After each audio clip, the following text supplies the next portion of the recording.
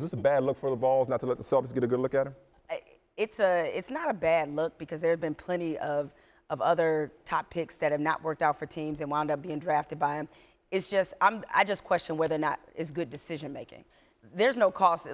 For example, if the Celtics, if they really fall in love with Lonzo Ball, I don't think him working out is going to impede that. If they really, really want him, by all accounts, most people feel like they're going to take Markelle Fultz, and I understand that.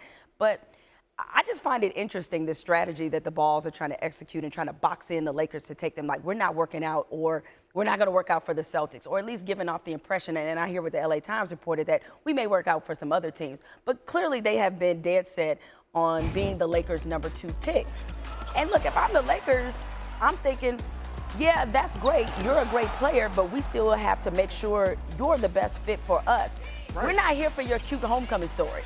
Right? If you're LA, like, this is not about this all coming full circle. This is about truly the best player at that position. And I am one of those who is not convinced that it is Lonzo Ball. And I don't know if the Lakers, if they're really attacking this process beyond trying to get a great story of the UCLA hometown kid coming and playing for the Lakers that he's always wanted, then you should be thinking of that too. So maybe they are. How do you know they're not looking at De'Aaron Fox? I think that they are, but I hope that I just find it interesting that the Balls are trying to create this strategy of, like, oh, we're trying to box it in and, like, put they're the not pressure boxing on him in. LA. Like, they would what? be boxing him in. They said, hey, you saw him right down the road at Pauley Pavilion. You don't have to work him out, Lakers. You know, what you see is what you get. His work speaks for itself. They're willing to work out for the Lakers. That's how badly he wants to be a Laker. He preferred to be #2 to the Lakers and #1 to Boston. And if you don't want to go to Boston, why would you work out for them and maybe sway them to take you over Markelle Fultz? There are some that would argue that the draft by its very nature is unfair. So I have zero problem with a player exercising his right not to work out for a team. But if the Lakers pass, but you have to admit that's being a little short-sighted, because look at Boston's team and look at LA's team. Who's got the better team right now?